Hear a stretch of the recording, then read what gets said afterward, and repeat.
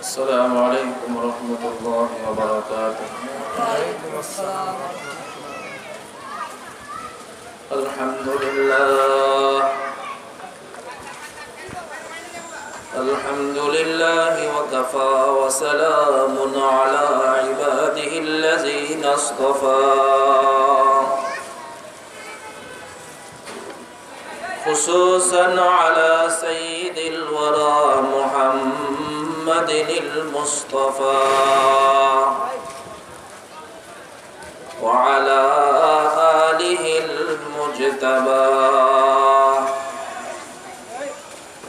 صلى الله تعالى عليه وعلى آله وأصحابه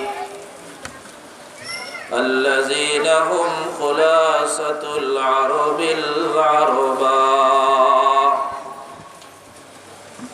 وخير الخلائق بعد الأنبياء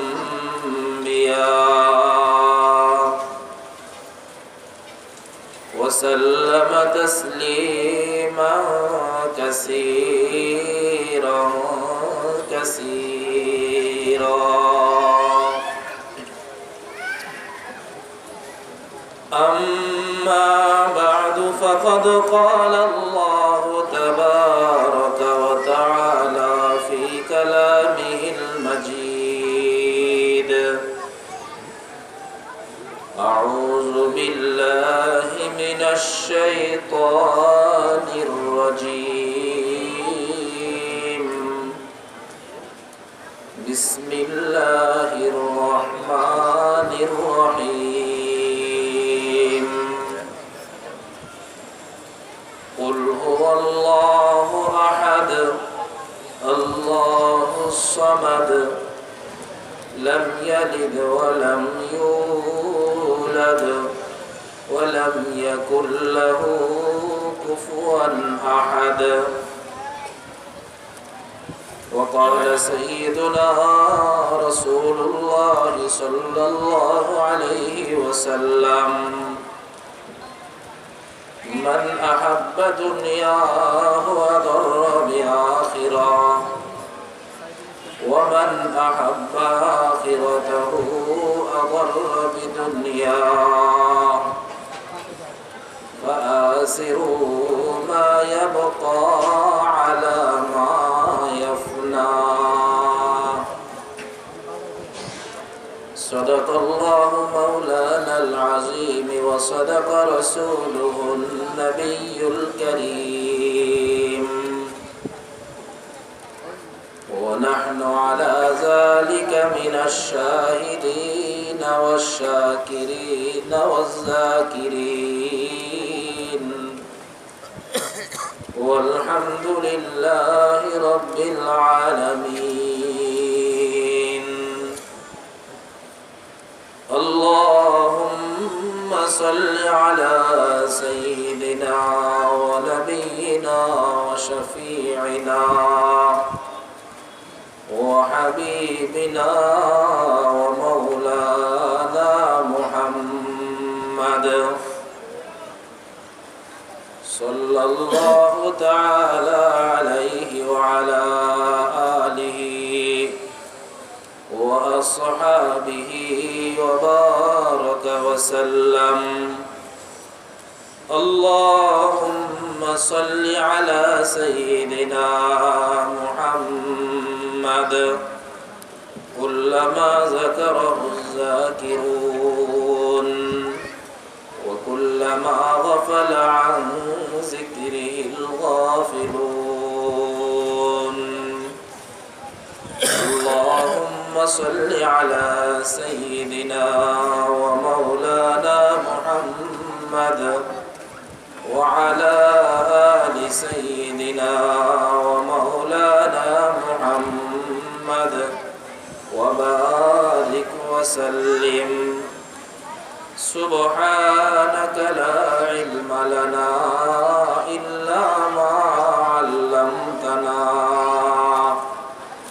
إنك أنت العليم الحكيم.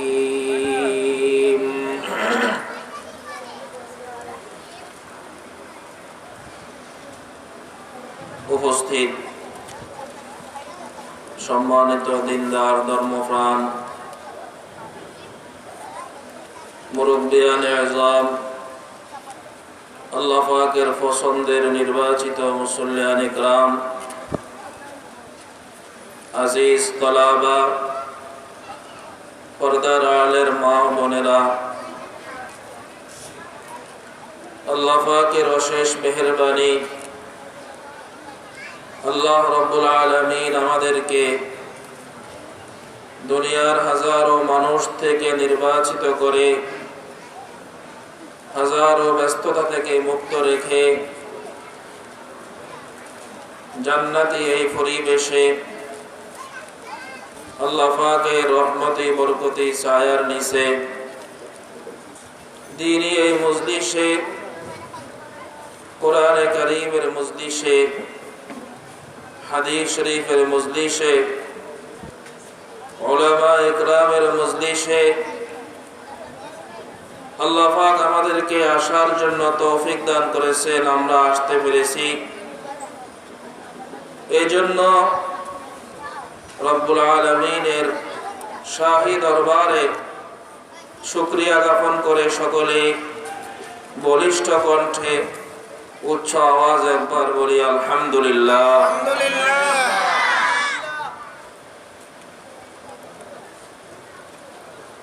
একটা সময় আমরা কেউই দুনিয়াতে ছিলাম না,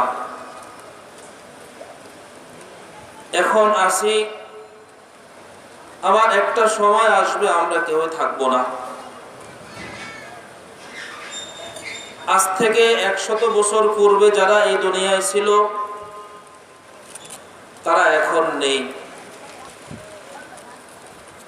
আজ থেকে আগামী 100 বছর পরে এখন আমরা যারা আছি আমরাও থাকবো না। মাঝখানে আমরা আছি, আল্লাহ রাব্বুল আলামিন সীমিত হায়াত দিয়ে, অল্প হায়াত দিয়ে আমাদেরকে দুনিয়ার এই জিন্দেগিতে পাঠাইছেন। উদ্দেশ্য হলো আল্লাহকে রাজি করা, উদ্দেশ্য হলো আল্লাহর সন্তুষ্টি অর্জন করা। কোরআনে কারীমে আল্লাহ পাক স্পষ্ট ঘোষণা দিয়েছেন, আল্লাযী খালাকাল মাউতা ওয়াল হায়াতা লিয়াবলুয়াকুম আইয়ুকুম আহসানু আমালা।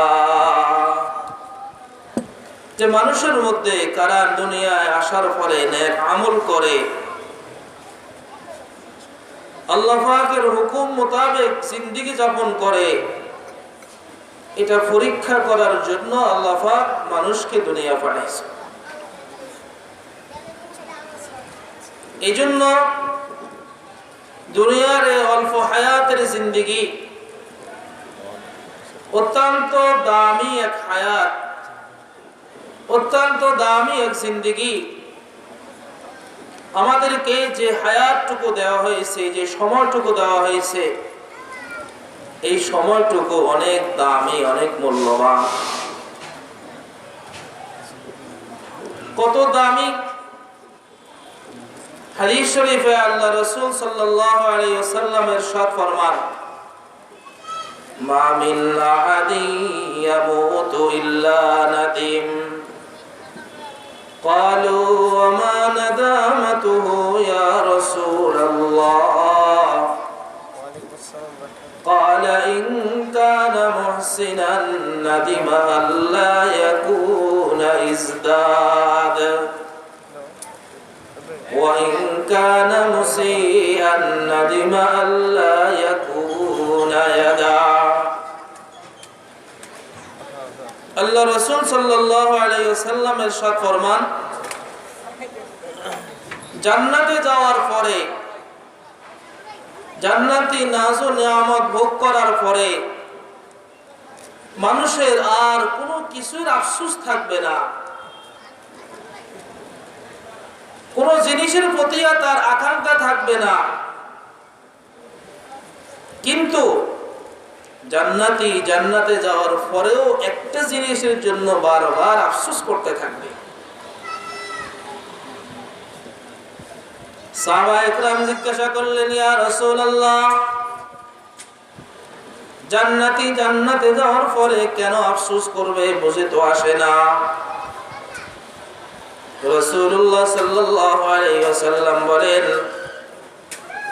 আল্লাহ মানুষকে দুনিয়ার জিন্দেগিতে যে হায়াতটুকু দান করেছেন, জান্নাতীরা জান্নাতে যাওয়ার পরে এই হায়াতটুকুর জন্য, এই সময়টুকুর জন্য আফসোস করবে। যদি সে ভালো নেককার হয়ে থাকে, ভালো আমলি হয়ে থাকে, জান্নাতের বড় মর্যাদা পেয়ে থাকে, তারপরেও সে আফসোস করবে, দুনিয়ার হায়াতের জিন্দেগিতে আরেকটু বেশি আমল কেন করলাম না। আমাকে যে হায়াতটুকু দেওয়া হয়েছে, যে সময়টুকু দেওয়া হয়েছে, আমি ইচ্ছা করলে সময়ের ভিতরে আমলকে আরেকটু বাড়াইতে পারতাম, আরো বেশি 2 রাকাত নামাজ বেশি পড়তে পারতাম, কোরআন তেলাওয়াত আরেক পৃষ্ঠা বেশি করতে পারতাম, কালিমা তাইয়্যিবা আরেকবার বেশি পড়তে পারতাম। আমাকে আল্লাহ পাক যতটুকু হায়াত দিয়েছেন, এই হায়াতের ভিতরে আমি ইচ্ছা করলে নেক আমল আরো বেশি করতে পারতাম। এজন্য জান্নাতে যাওয়ার পরেও, জান্নাতে যাবতীয় নাজ নিয়ামত ভোগ করার পরেও বান্দা দুনিয়ার হায়াতের জন্য আফসোস করবে, এই হায়াতটাকে যদি আমি আরেকটু বেশি কাজে লাগাইতাম, আজকে আমার মর্যাদা আরো বেশি হতো, আমি আল্লাহ পাকের পক্ষ থেকে আরো বেশি সম্মান, আরো বেশি ইজ্জত লাভ করতে পারতাম। আর যদি সে গুনাহগার হয়, গুনাহের শাস্তি ভোগ করার পরে ঈমানের কারণে জান্নাতে কখনো যায়, আল্লাহ পাকের মেহেরবানিতে জান্নাতে পৌঁছে, তো সেও আফসোস করবে, দুনিয়াতে আমার যে হায়াত ছিল, সময় ছিল, ওই সময়টাকে কেন আমি কাজে লাগাইলাম না। আমি কত সময় নষ্ট করে ফেলেছি অযথা ঘোরাফেরায়, বেহুদা কথাবার্তা কত সময় নষ্ট করেছি। আমি যদি আমার সেই সময়টুকু, হায়াতের জিন্দেগির সময়টাকে একটু কাজে লাগাইতাম, ওই আমলটা যেটা কত সহজ ছিল, এই আমলটা যেটা কত সহজ ছিল, আমি কেন করলাম না। যদি আমলটা করতাম, ওই সহজ আমলটার কারণে আজকে আমার মর্যাদা কত বেড়ে যেত। আল্লাহ রাসূল বলেন, জান্নাতীরা জান্নাতে যাওয়ার পরেও এই দুনিয়ার হায়াতের জন্য আফসোস করতে থাকবে।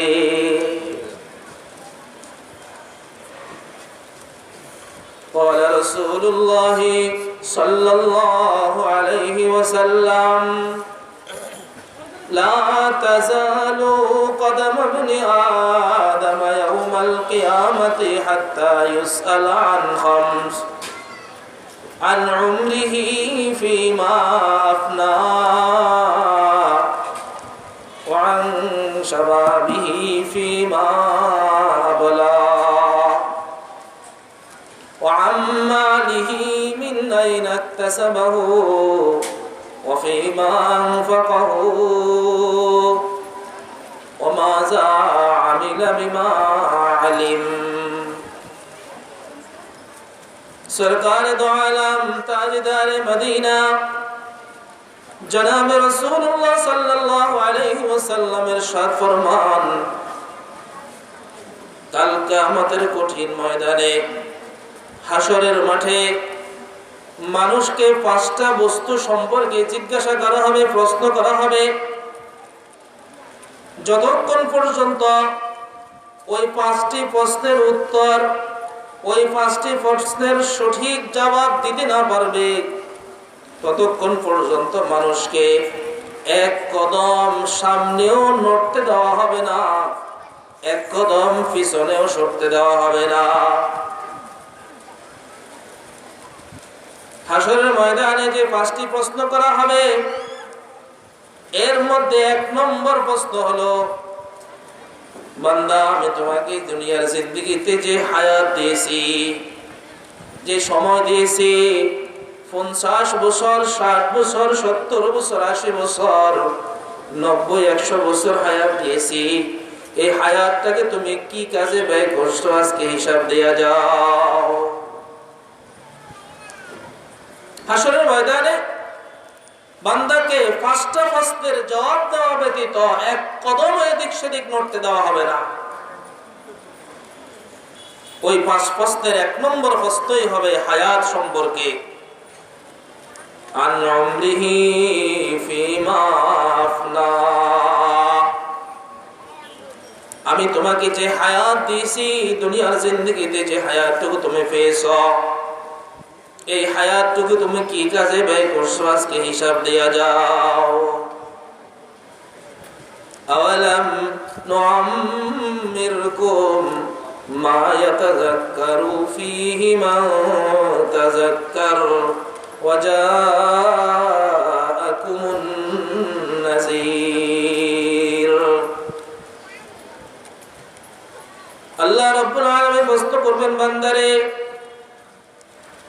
আমি কি তোকে এতটুকু হায়াত দেই নাই, এতটুকু সময় আর সুযোগ কি তোকে দান করি নাই?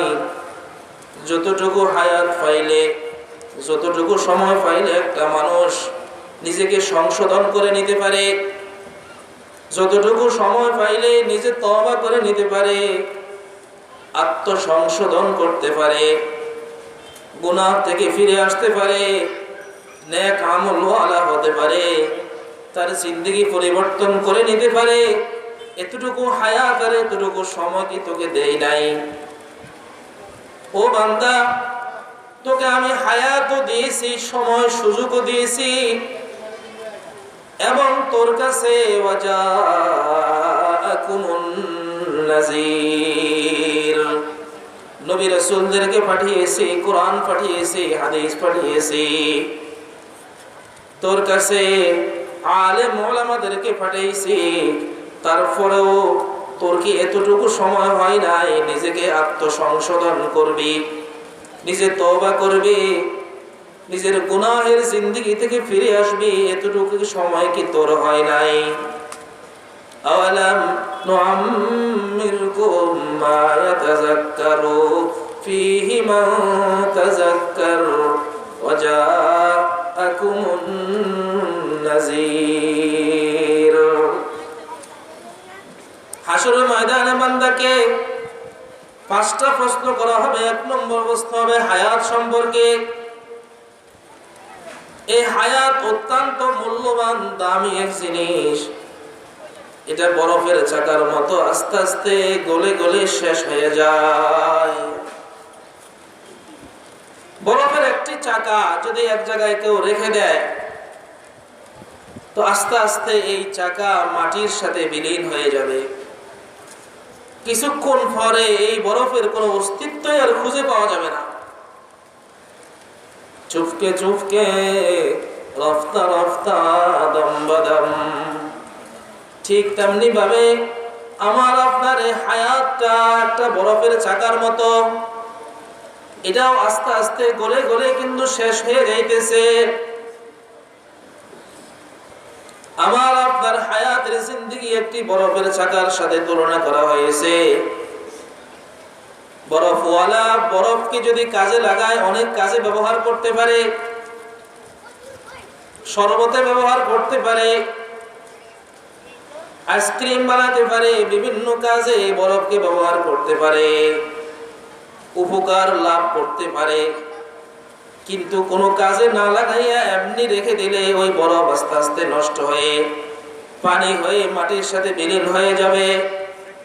আমার আপনার হায়াতটাও অনুরূপ। কাজে লাগাইলে এই হায়াত দিয়ে অনেক কিছু করা যাবে, আর যদি কাজে লাগানো না হয়, এই হায়াতকে এমনি রেখে দেই, মন গড়া জিন্দেগি যাপন করি, এই হায়াত আস্তে আস্তে শেষ হয়ে যাবে। এই হায়াতের কোনো মূল্য থাকবে না। তো হায়াতটা অনেক দামি, কাজে লাগাইলে দামি, কাজে না লাগাইলে বেদামি, কোনো দাম নাই হায়াতের। কত দাম এই হায়াতের! দুনিয়ার সমস্ত সম্পদ দুনিয়ার সমস্ত টাকা পয়সা, স্বর্ণ অলংকার একত্রিত করে যদি আজরাইলকে দেওয়া হয় আর বলা হয় তোমাকে দুনিয়ার সমস্ত সম্পদ, টাকা পয়সা, অর্থ কড়ি সব দিয়ে দিলাম, আমাকে 1 ঘন্টা সুযোগ দাও, আল্লাহ পাকের দরবার থেকে দরখাস্ত করে 1 ঘন্টা হায়াতটা বাড়াইয়া দাও, কোনদিন সম্ভব হবে না। দুনিয়ার সমস্ত সম্পদের বিনিময় 1 ঘন্টা নয়, 1 মিনিট হায়াত বাড়ানো যাবে না। এজন্য এই হায়াত অনেক দামি, মূল্যবান। যে হায়াত আমাকে আপনাকে আল্লাহ রাব্বুল আলামিন দিয়েছেন, কাল কিয়ামতের ময়দানে 5টি প্রশ্ন করা হবে। ওই 5টি প্রশ্নের 1 নম্বর প্রশ্নই হবে হায়াত সম্পর্কে। বান্দা, আমি তোমাকে যে হায়াত দিয়েছি, এই হায়াত তুমি কি কাজে ব্যয় করেছো, একটু হিসাব দাও। কিয়ামতের ময়দানে 5টি প্রশ্ন করা হবে। এর মধ্যে 2 নম্বর প্রশ্ন হবে ওয়ান শাবাবিহি ফিমা বলা। বান্দা, আমি তোমাকে যৌবন দান করেছি। হায়াতের মধ্যে একটা সময় ছিল যৌবন কাল। এটা আল্লাহ পাকের বহুত বড় নিয়ামত। যৌবন কালে মানুষ ইচ্ছা করলে গুনাহ করতে পারে, ইচ্ছা করলে নেক আমলও করতে পারে। বৃদ্ধ বয়সে, বুড়া বয়সে ইচ্ছা করলেও গুনাহ করতে পারে না, ইচ্ছা করলেও অনেক নেক আমল করতে পারে না। এই জন্য যৌবন এটা আল্লাহ পাকের বিশেষ নিয়ামত। কাল কিয়ামতের ময়দানে 5টি প্রশ্নের 2 নম্বর প্রশ্ন হবে, আমি তোমাকে যে যৌবন দিয়েছি, এই যৌবন কালটাকে তুমি কি কাজে ব্যয় করছো, আজকে হিসাব দেয়া যাও। যৌবন কাল সম্পর্কে বিশেষভাবে প্রশ্ন করা হবে। আর হাদিস শরীফে সরকার দো আলম তাজদার মদিনা জনাব রাসূলুল্লাহ সাল্লাল্লাহু আলাইহি ওয়াসাল্লাম ইরশাদ ফরমান, সাবাতু ইউযিল্লুহুমুল্লাহু ফি যিল্লিহি ইয়াওমা লা যিল্লা ইল্লা যিল্লুহু, আল ইমামুল আদিল ওয়াশ-শাবুন নাশা ফি ইবাদাতিল্লাহ, ورجل قلبه معلق بالمساجد إذا خرج منه حتى يعود إليه. আল্লাহ রাসূল সাল্লাল্লাহু আলাইহি ওয়াসাল্লাম ইরশাদ ফরমান, কাল কিয়ামতের দিন হাশরের কঠিন ময়দানে সূর্যের তাপ থেকে বাঁচার মতো যখন কোনো ব্যবস্থা থাকবে না, ওই কঠিন সময় আল্লাহ রাব্বুল আলামিন স্পেশাল ভাবে, বিশেষ ভাবে আল্লাহ পাকের 7 শ্রেণীর 7 ধরনের লোককে আল্লাহ পাকের আরশের নিচে ছায়া দান করবেন। যাদেরকে আল্লাহ পাক স্পেশাল ভাবে আরশের নিচে ছায়া দান করবেন, তাদের মধ্যে একদল হবে ওই সমস্ত যুবক, ওয়াশাবুন নাশা ফি ইবাদাতিল্লাহ, ওই সমস্ত যুবক যারা তাদের যৌবন কালটাকে আল্লাহর ইবাদতে কাটিয়ে দেয়, যৌবন কালকে হেফাজত করে, যৌবনে তওবা করে ফেলে, যৌবন কালটাকে যারা আল্লাহ পাকের গোলামিতে কাটায়, এদেরকে আল্লাহ রাব্বুল আলামিন কাল কিয়ামতের দিন স্পেশাল ভাবে আরশের নিচে ছায়া দান করবেন। সুবহানাল্লাহ। এজন্য এক বুজুর্গ বলেন, দার জওয়ানি তওবা করদান শিওয়ে পয়গম্বরি, দার জওয়ানি তওবা করদান শিওয়ে পয়গম্বরি, ওয়াক্ত ফিরি গুরগ জালিম মিশাওয়াত ফরহেজগার। যে বুড়ো বয়সে মানুষ তওবা করে আর যৌবন বয়সেও কেউ তওবা করে, দুইটা এক না, দুইটার মধ্যে আকাশ পাতাল ব্যবধান রয়ে গেছে। বুজুর্গ উদাহরণ দিতেছেন, জঙ্গলের সিংহ। সিংহ হলো বনের রাজা।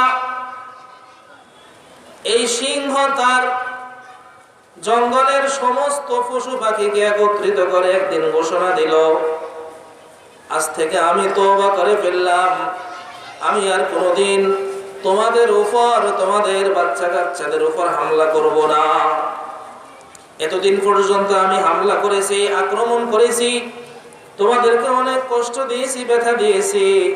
এখন থেকে আমি তওবা করলাম, আর কোনোদিন তোমাদের উপর, তোমাদের বাচ্চাদের উপর হামলা করব না।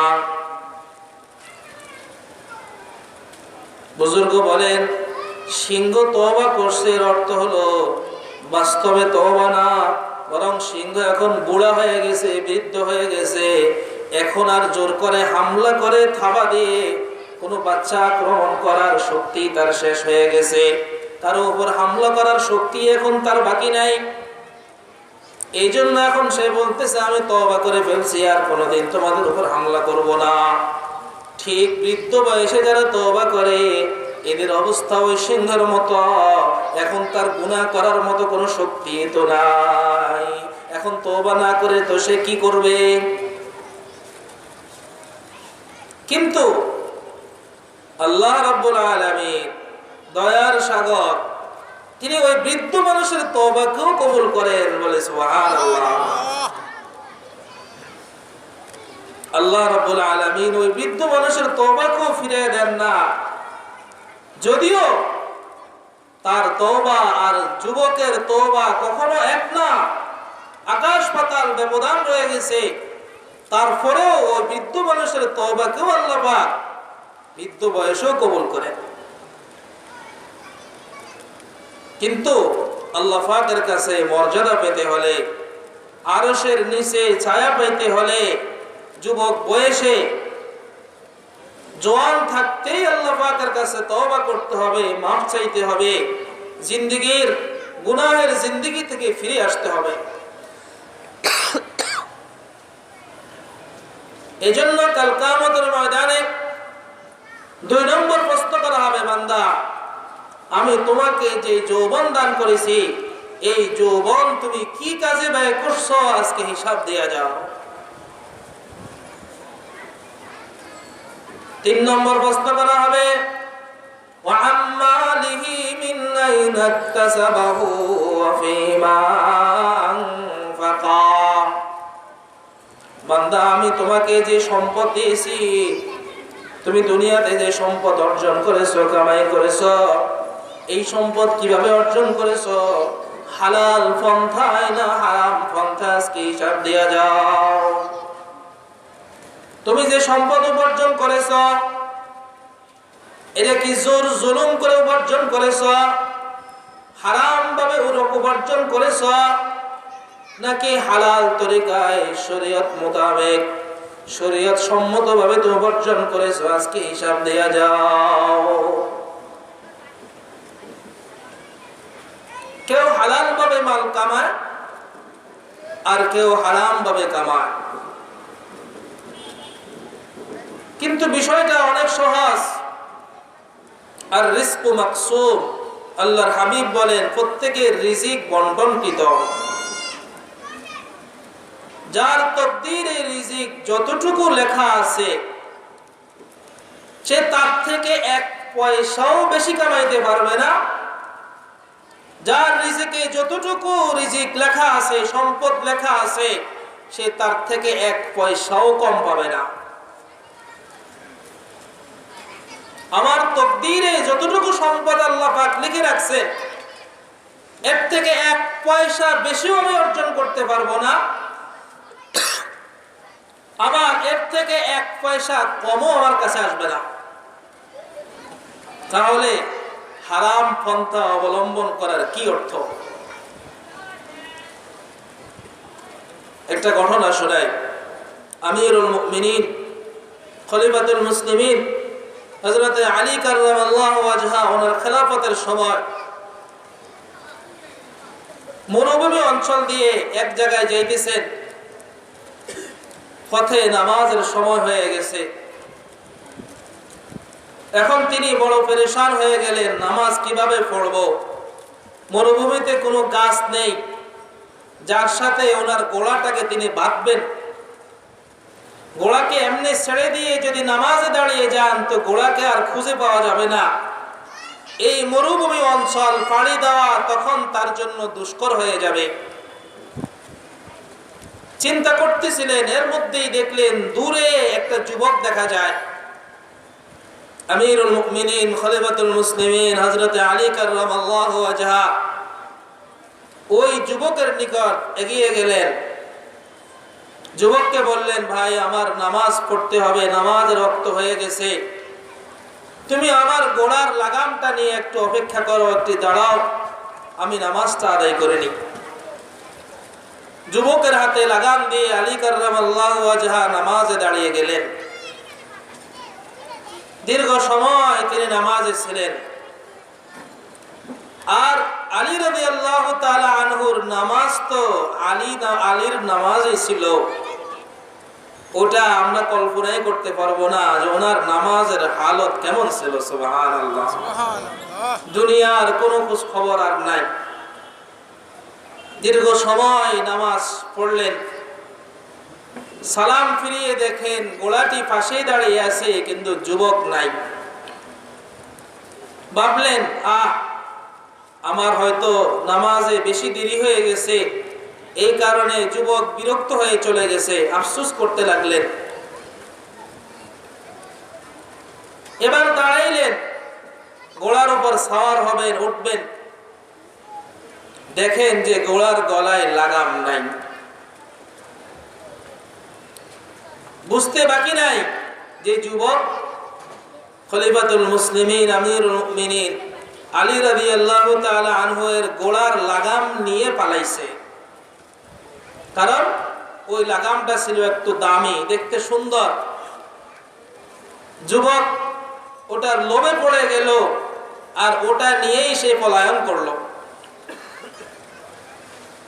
আলী রাদিয়াল্লাহু তাআলা আনহু এবার গোড়ার কান ধরে হাঁটতে লাগলেন, বাজার খুঁজতে লাগলেন, কোথায় বাজার পাওয়া যাবে। দীর্ঘ সময় হাঁটার পরে দেখলেন ছোট্ট একটি বাজার দেখা যায়। বাজারে চতুর্দিকে তাকাইয়া দেখলেন কোথাও লাগামের কোনো চিহ্ন নাই, এখানে লাগাম বিক্রি হয় না। পেরেশান হয়ে গেলেন, আরেকটু সামনে অগ্রসর হলেন, দেখলেন একটা দোকানে মাত্র একটি লাগাম ঝুলানো আছে।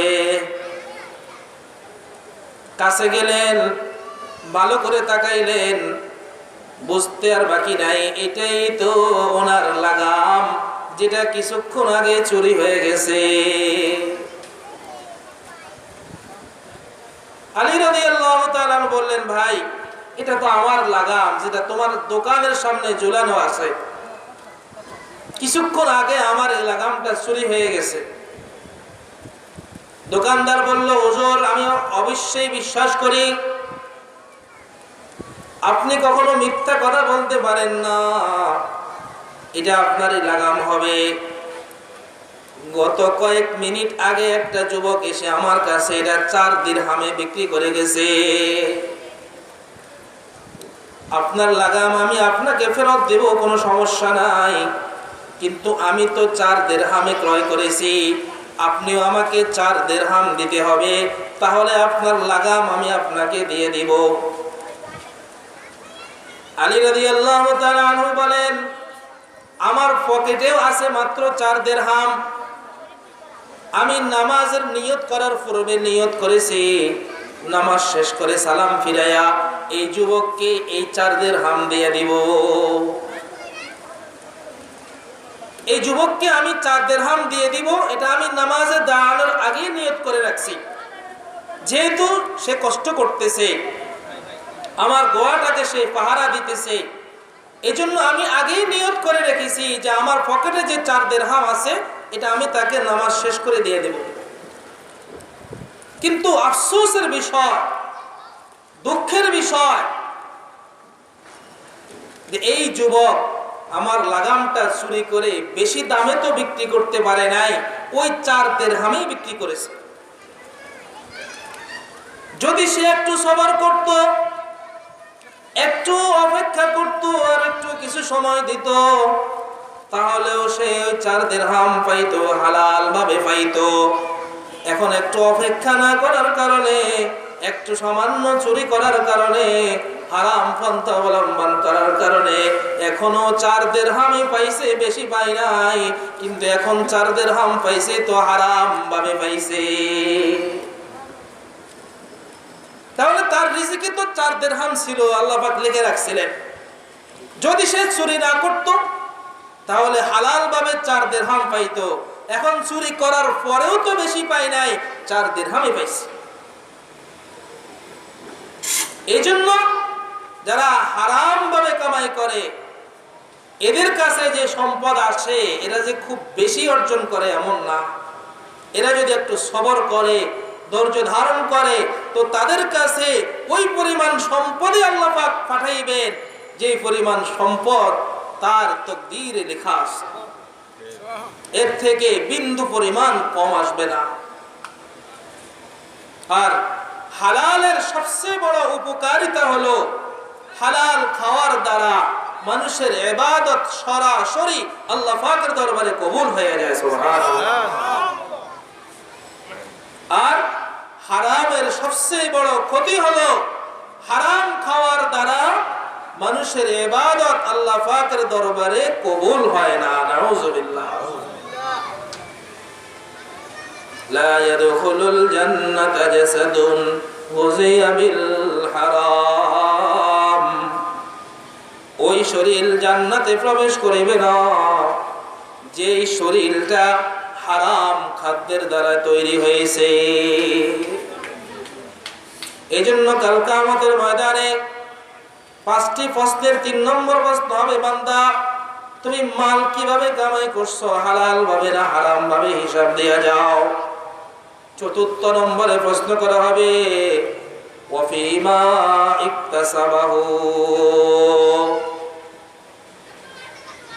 ওয়াফিমা আনফাকাহু। বান্দা আমি তোমাকে যে সম্পদ দিয়েছি, মাল দিয়েছি, ওটা তুমি কি কাজে ব্যয় করছো আজকে হিসাব দেয়া যাও। আয়েরও হিসাব দিতে হবে, ব্যয়েরও হিসাব দিতে হবে। কি কাজে ব্যয় করলা, হারাম কাজে ব্যয় করলা, অবৈধ কাজে ব্যয় করলা, শরীয়ত বিরোধী কাজে ব্যয় করলা, না শরীয়ত সম্মত কাজে ব্যয় করলা, আজকে হিসাব দিয়ে যাও। আজকে আমাদের সম্পদ কত বেহুদা কাজে নষ্ট হইতেছে, আমাদের কোনো খবরে নাই। কাল কিয়ামতের ময়দানে এই সম্পদ কিভাবে অর্জন করলাম এর যেরকম হিসাব দিতে হবে, সম্পদ কিভাবে ব্যয় করলাম এরও সমানভাবে হিসাব দিতে হবে। 5ম নম্বরে প্রশ্ন করা হবে ওয়ামাযা আমিলা বিমা আলিম। বান্দা আমি তোমাকে যতটুকু ইলম দান করেছি, যতটুকু জ্ঞান দান করেছি, দিন সম্পর্কে যতটুকু জ্ঞান তুমি অর্জন করেছো, তোমার জানা অনুযায়ী তুমি কতটুকু আমল করেছো আজকে হিসাব দেয়া যাও। তোমার জানা মতে তুমি যতটুকু ইলম জানো, অল্প হোক আর বেশি হোক, তোমার জানা অনুযায়ী তুমি কতটুকু আমল করেছো আজকে হিসাব দাও। আমল সম্পর্কে কিয়ামতের ময়দানে প্রশ্ন করা হবে। ওয়াল-লাইলি ইযা ইয়াগশা ওয়ান-নাহারি ইযা তাজাল্লা ওয়া মা খালাকাল-যাকারা ওয়াল-উনসা ইন্না সা'য়াকুম লাশাত্তা। আল্লাহ রাব্বুল আলামিন বলেন, এই অন্ধকার রাত্রির কসম, এই আলোক উজ্জ্বল দিবসের কসম, যিনি নর সৃষ্টি করেছেন, নারী সৃষ্টি করেছেন, তার কসম করে বলতেছি, নিশ্চয় মানুষের মধ্যে আমল ব্যাপকভাবে প্রচলিত আছে। কেউ জান্নাতে যাওয়ার আমল করে, কেউ জাহান্নামে যাওয়ার আমল করে, কেউ ভালো আমল করে আর কেউ খারাপ আমল করে, কেউ নেক আমল করে আর কেউ গুনাহ করে, বদ আমল করে। এক একজনের আমল এক এক রকম। দুনিয়ার মধ্যে যারা আমল করে এক একজনের আমল এক এক রকম হয়ে থাকে। কেউ ভালো আমল করে তো কেউ খারাপ আমল করে, কেউ জান্নাতে যাওয়ার আমল করে আর কেউ জাহান্নামে যাওয়ার আমল করে। আল্লাহ রাব্বুল আলামিন চারটা কসম করে কথাটি বলছেন। তার মানে খুব গুরুত্ব বুঝাইতেছেন না, গুরুত্ব বুঝাইবার জন্য নয়, বরং আল্লাহ পাকের আদতে এরকম যে কোনো কথা কসম দিয়া বলেন আর কোনো কথা কসম ছাড়াই বলেন। এর চেয়ে আরো কত গুরুত্বপূর্ণ কথা আল্লাহ রাব্বুল আলামিন কসম ছাড়া এমনি বলেছেন। যেমন মক্কার মুশরিকরা আল্লাহর হাবিব সাল্লাল্লাহু আলাইহি ওয়াসাল্লামকে প্রশ্ন করেছে, হে মুহাম্মদ, তোমার রবের বংশ পরিচয় কি? তোমার রবের পিতৃ পরিচয় কি? তোমার রবের বংশ কি? আমাদেরকে একটু জানাও।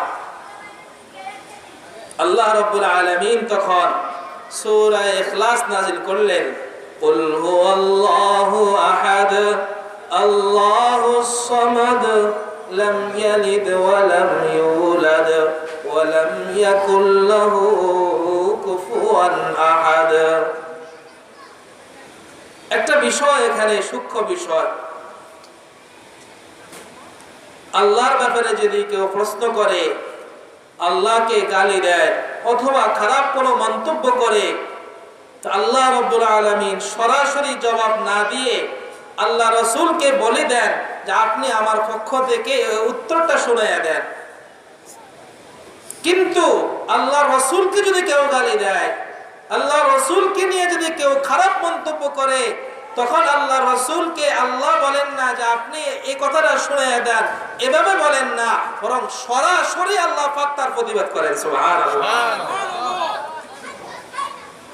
এখানেও মুশরিকরা আল্লাহ সম্পর্কে জানতে চাইতেছে যে আল্লাহর বংশ পরিচয় কি, খারাপ মন্তব্য করতেছে।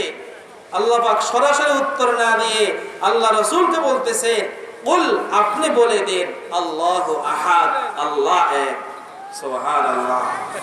আল্লাহুস সামাদ, আল্লাহ বেনিয়াস, আল্লাহ কোন কিছুর মুখাপেক্ষী না, কোন বস্তুর মুহতাজ না, দুনিয়ার সবকিছু আল্লাহ পাকের মুহতাজ। আস-সামাদ অর্থ হলো যিনি কোন বস্তুর মুখাপেক্ষী নন। দুনিয়ার মধ্যে সবচেয়ে বড় ধনী যে ব্যক্তি, যার কোনো কিছুর অভাব নাই, যে কারো মুখাপেক্ষী নয়, আমাদের ভাষা অনুযায়ী যে কারো মুখাপেক্ষী নয়, তো সেও হাজারো জিনিসের মুখাপেক্ষী। সেই চলার জন্য এই জমিনের মুহতাজ, এই আসমানের মুহতাজ, এই চন্দ্র সূর্যের মুহতাজ, এই আলো বাতাসের মুহতাজ, এই অক্সিজেনের মুহতাজ, বাঁচার জন্য খাওয়ার মুহতাজ, শোয়ার জন্য বিছানার মুহতাজ, কত কা বলবো, হাজারো জিনিসের সে মুহতাজ। কিন্তু আল্লাহ পাক বলেন আল্লাহুস সামাদ, আমি আল্লাহ কোন বস্তুরই মুহতাজ না। সুবহানাল্লাহ। as-সামাদ অর্থ হলো যিনি কোন বস্তুরই মুহতাজ না, বরং সব কিছু তার মুহতাজ। ঠিক। বুখারী শরীফের মধ্যে এসেছে, রাসূলুল্লাহ সাল্লাল্লাহু আলাইহি ওয়াসাল্লাম ইরশাদ ফরমান, কোন ব্যক্তি যদি কুল হুয়াল্লাহ সূরা 3 বার পাঠ করে, আল্লাহ রাব্বুল আলামিন এক খতম কোরআন তেলাওয়াত করলে যে পরিমাণ সওয়াব পাওয়া যায়, 3 বার কুল হুয়াল্লাহ সূরা পাঠ করলে এক খতম কোরআন তেলাওয়াতের সওয়াব তার আমল নামায় দিয়ে দেয়। আল্লাহ রাসূল সাল্লাল্লাহু আলাইহি ওয়াসাল্লাম ইরশাদ করেন, কোন ব্যক্তি যদি 10 বার সূরা ইখলাস তেলাওয়াত করে, আল্লাহ রাব্বুল আলামিন সাথে সাথে তার জন্য জান্নাতে একটা বিল্ডিং তৈরি করে দেন। কেউ যদি 20 বার তেলাওয়াত করে 2টা বিল্ডিং, কেউ যদি 30 বার তেলাওয়াত করে 3টা বিল্ডিং দিয়ে দেন। ওমর রাদিয়াল্লাহু তাআলা আনহু হাদিস শোনার পরে জিজ্ঞাসা করলেন, ইয়া রাসূলুল্লাহ, তাহলে তো আমরা জান্নাতে অনেক বিল্ডিং বানাইয়া ফেলবো। আল্লাহ রাসূল বলেন, আল্লাহু আকবার ওয়া আতিয়া, আল্লাহ এর চেয়েও বড় দানশীল। সুবহানাল্লাহ। আল্লাহ এর চেয়ে বেশি দিবেন, তুমি কয়টা বানাইবা? কি বলেন, আমরা খুশি না? 10 বার কুল হুয়াল্লাহ সূরা পড়লে জান্নাতে একটা বিল্ডিং তৈরি হয়ে যায়, কিন্তু শর্ত হলো শুদ্ধভাবে পড়তে হবে, অশুদ্ধ করলে হবে না। হযরতে জাবির ইবনে আব্দুল্লাহ রাদিয়াল্লাহু তাআলা আনহু বলেন, রাসূলুল্লাহ সাল্লাল্লাহু আলাইহি ওয়াসাল্লাম ইরশাদ করেছেন, কোন ব্যক্তি যদি তিনটা কাজ করতে পারে, আল্লাহ রাব্বুল আলামিন তার জন্য জান্নাতের ৮ দরজা খুলে দিবেন। জান্নাতি হুরদের সাথে তার বিবাহের ব্যবস্থা করবেন। ওই তিনটা আমলের একটা হলো হত্যাকারীকে ক্ষমা করা, ২ নম্বর হলো গোপনে কারোর ঋণ পরিশোধ করে দেওয়া, ৩ নম্বর হলো ৫ ওয়াক্ত নামাজের পরে ১০ বার করে সূরা ইখলাস পাঠ করা। আবু বকর সিদ্দিক রাদিয়াল্লাহু তাআলা আনহু প্রশ্ন করলেন, ইয়া রাসূলুল্লাহ, ইয়া হাবিবাল্লাহ, কেউ যদি তিনটা করতে পারলো না, একটা করলো, অর্থাৎ ৫ ওয়াক্ত নামাজের পরে শুধু ১০ বার করে আল্লাহ পড়লো, তাহলে তার কি ফজিলত? আল্লাহ রাসূল বলেন, কোন ব্যক্তি যদি ৫ ওয়াক্ত নামাজের পরে ১০ বার করে সূরা ইখলাস পড়তে পারে, আল্লাহ রাব্বুল আলামিন কাল কিয়ামতের দিন তার জন্য জান্নাতের ৮ দরজা খুলে দিবে। কুল হল সূরার ফজিলত সম্পর্কে আলোচনা করতেছিলাম। হযরত আনাস ইবনে মালিক রাদিয়াল্লাহু তাআলা আনহু বলেন যে রাসূলুল্লাহ সাল্লাল্লাহু আলাইহি ওয়াসাল্লামের সাথে আমরা তাবুকে ছিলাম। সকালবেলা দেখলাম হঠাৎ আজকে সূর্যের আলো অন্যরকম মনে হচ্ছে, সূর্য অন্য দিনের তুলনায় আজকে আলোক উজ্জ্বল বেশি, কিরণময় বেশি। আমরা বড় আশ্চর্য হলাম, আজকের সূর্যের আলো এমন মনে হয় কেন, ব্যতিক্রম কেন হলো আজকে সূর্যের আলো?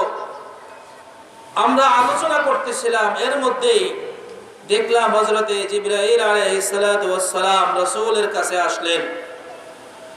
রাসূলুল্লাহ সাল্লাল্লাহু আলাইহি ওয়াসাল্লাম জিজ্ঞাসা করলেন, জিবরাইল, আজকে সূর্যের আলো এত উজ্জ্বল কেন, এত কিরণময় কেন? অন্য দিন তো এরকম হয় না, আজকে ব্যতিক্রম কেন হলো? হযরতে জিবরাইল আলাইহিস সালাতু ওয়াস সালাম বললেন, ইয়া রাসূলুল্লাহ, মদিনাতে আপনার একজন সাহাবী হযরতে মুআবিয়া লাইসি আজ ভোর সকালে ইন্তেকাল করেছেন। আল্লাহ রাব্বুল আলামিন তার সম্মানে আসমান থেকে ৭০,০০০ ফেরেশতা জমিনে নাজিল করে দিয়েছে। সুবহানাল্লাহ। রাসূল প্রশ্ন করলেন, ও জিবরাইল, কি কারণে, তার এই সম্মান কি জন্য? জিবরাইল আলাইহিস সালাতু ওয়াস সালাম বলেন, ইয়া রাসূলুল্লাহ, আপনার এই সাহাবী চলতে ফিরতে উঠতে বসতে সর্বদা কুল হুয়াল্লাহ সূরা তেলাওয়াত করত। এই কারণে তার ইন্তেকালের পরে তার সম্মানে আল্লাহ রাব্বুল আলামিন জমিনের মধ্যে ৭০,০০০ ফেরেশতাকে নামিয়ে দিয়েছেন।